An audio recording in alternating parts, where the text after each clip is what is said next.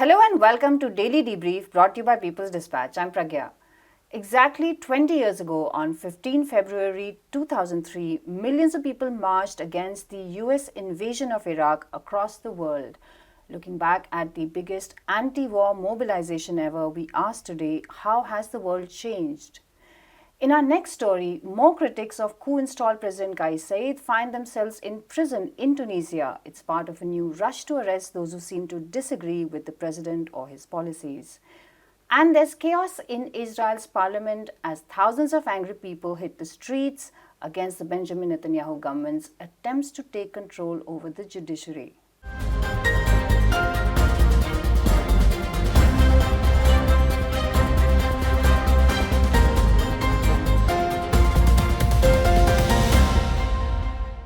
20 years ago, anti-war cries resonated around the world on 15 February, triggered by US President George Bush's infamous claim at the United Nations that Iraq held weapons of mass destruction.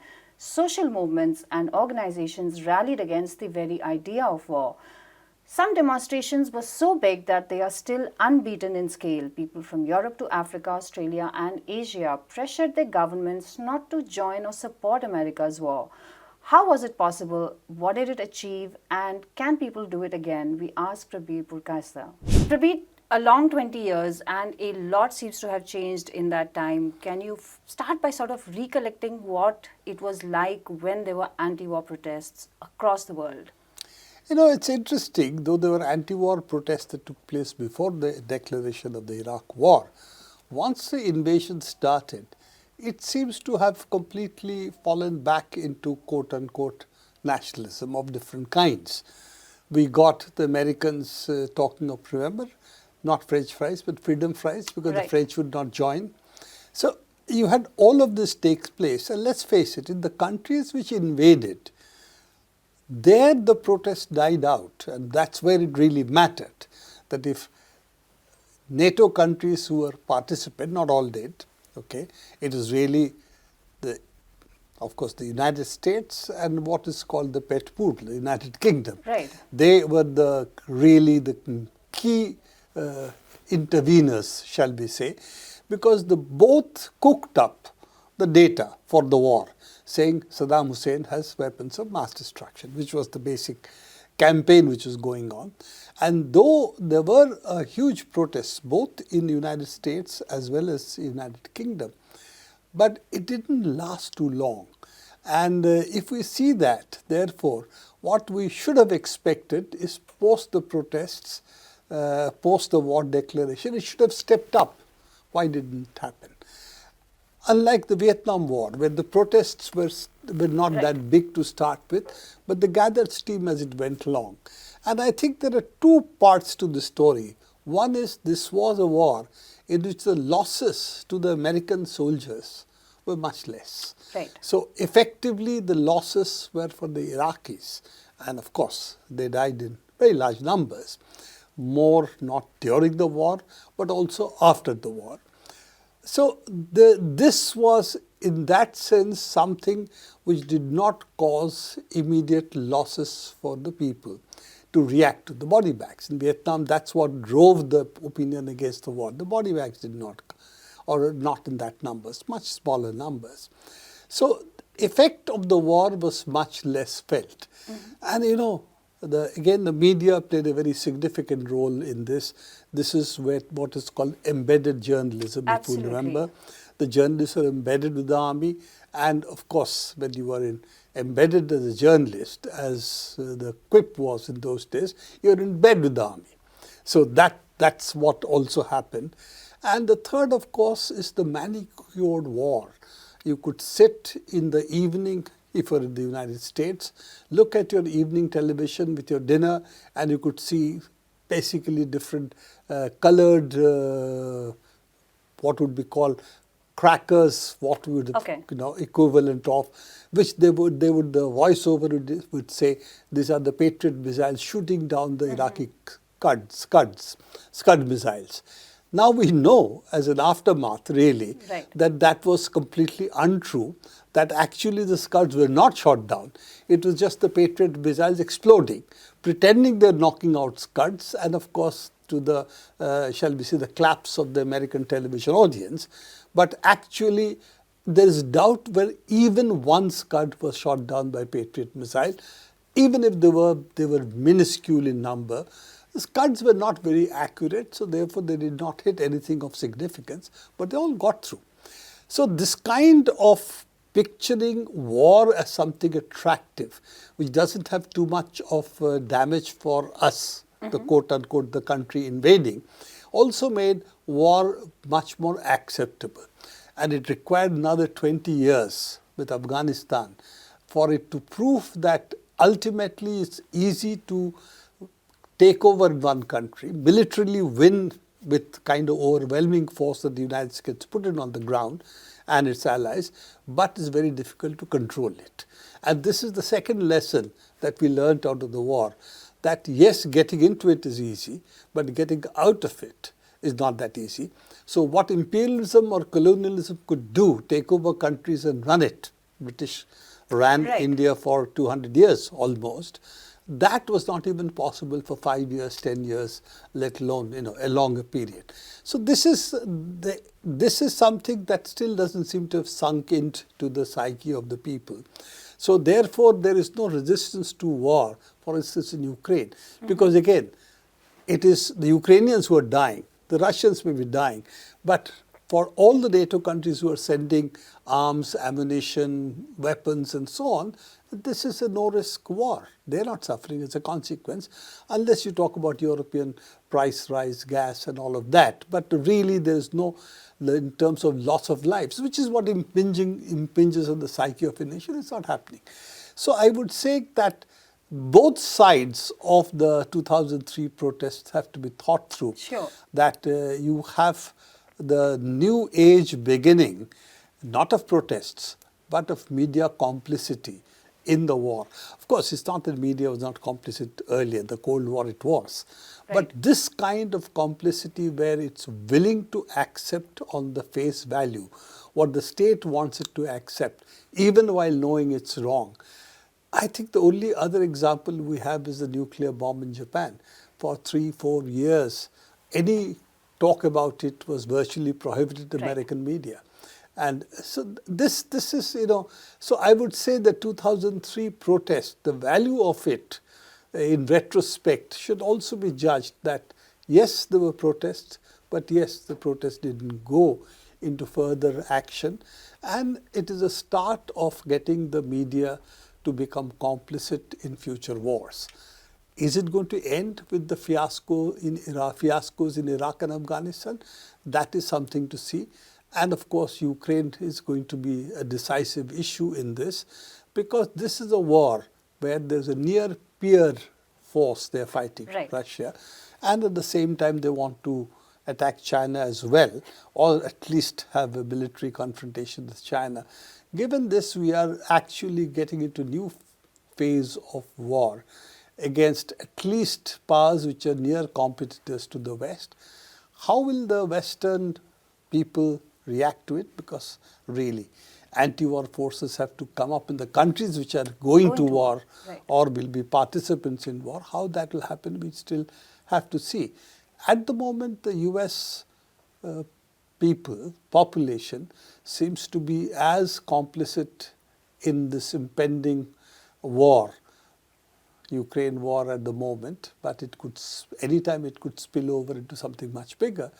We don't see any, as you have said, even the 2003 kind of reaction doesn't seem to be there. Considering this could turn into nuclear war very easily, that is surprising. So yes, questions, yes, answers, we don't know. Prabir, is it that you just have to choose at times whether you do nothing as people, you can protest or you don't protest? So even in 2003, people did realize that the war happened despite the protests. So what, I mean, with your experience, what are the guiding lights you would offer in? Whatever you can say, war always, particularly small wars, always helps a ruling party. Okay, we remember Margaret Thatcher, her great popularity was winning the war against Argentina over a small island, Malvinas. Okay, so these are things that work. long war of attrition where people are lost, lives are lost of the people concerned, of the country that fought, then it becomes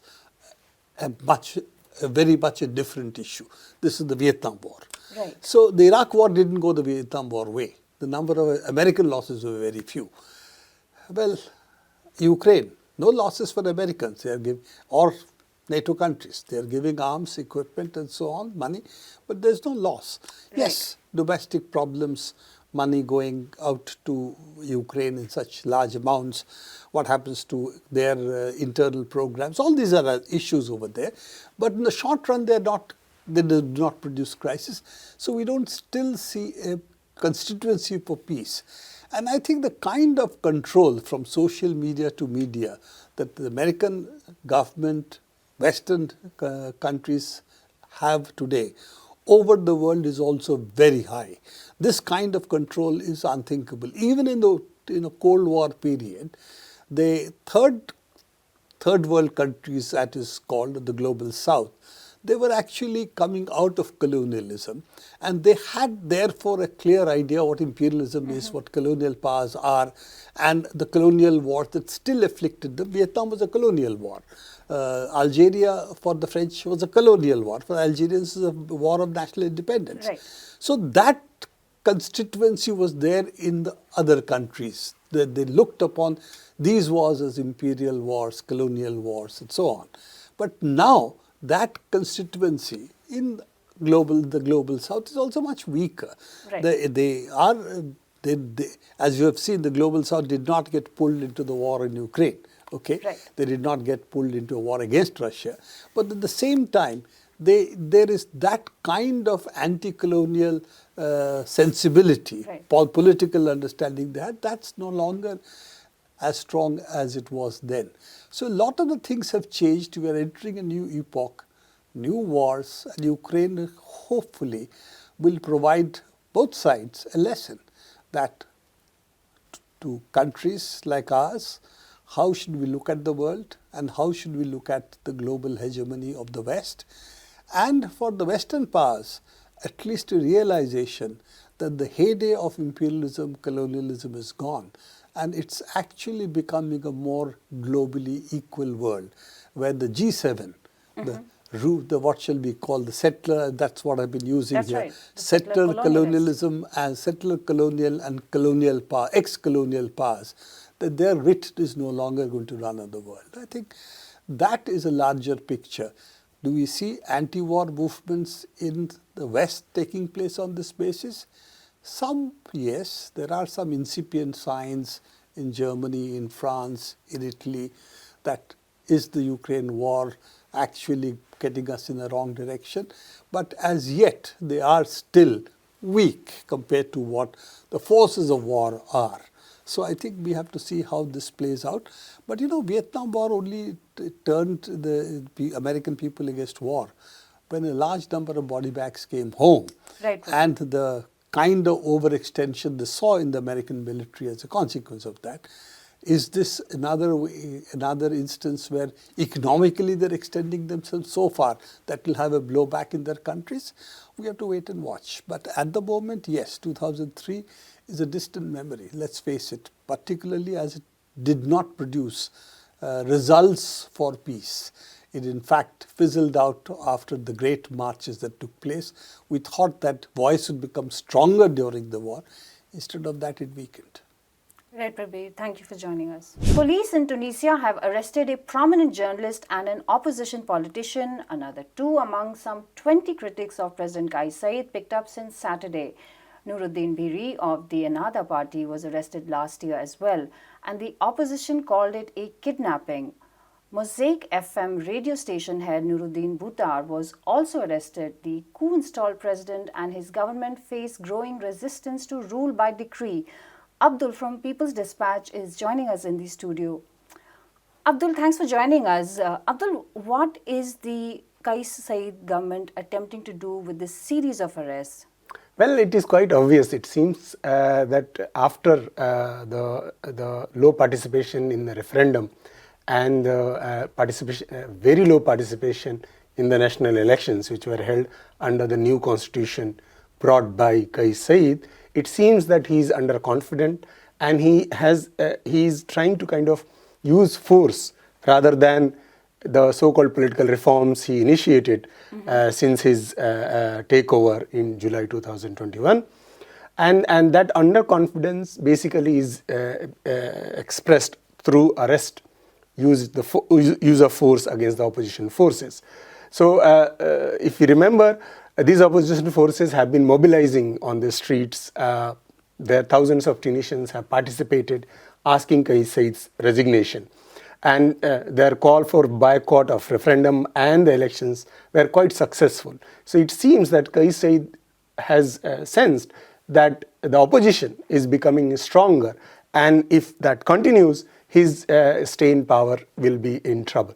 So I think that is the basic reason behind this larger attempts to kind of arrest opposition figures from across the political spectrum, and which basically has invited much more reaction, international reaction as well.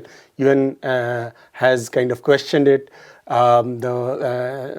Reporters Without Borders have questioned it, and more groups across the world have come forward and questioned Kais Saied's moves, which was not the case earlier. So that basically is a repercussion, I would say, of the low political participation in the national elections and the referendum. So what you're saying is that we should look at the arrests as a sign of declining power rather than the... As a sign of underconfidence in the popularity of his moves, which he thought that was the way to move forward, kind of to establish Kais Saied's uncontested authority, which is not happening. And that's why the reaction.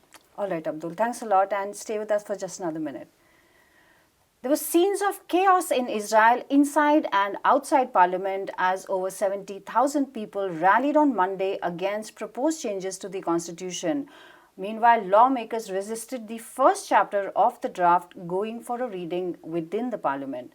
The Benjamin Netanyahu government wants more powers over the Supreme Court and in appointing judges, but it is not proving easy for the extreme right-wing backed government to get what it wants.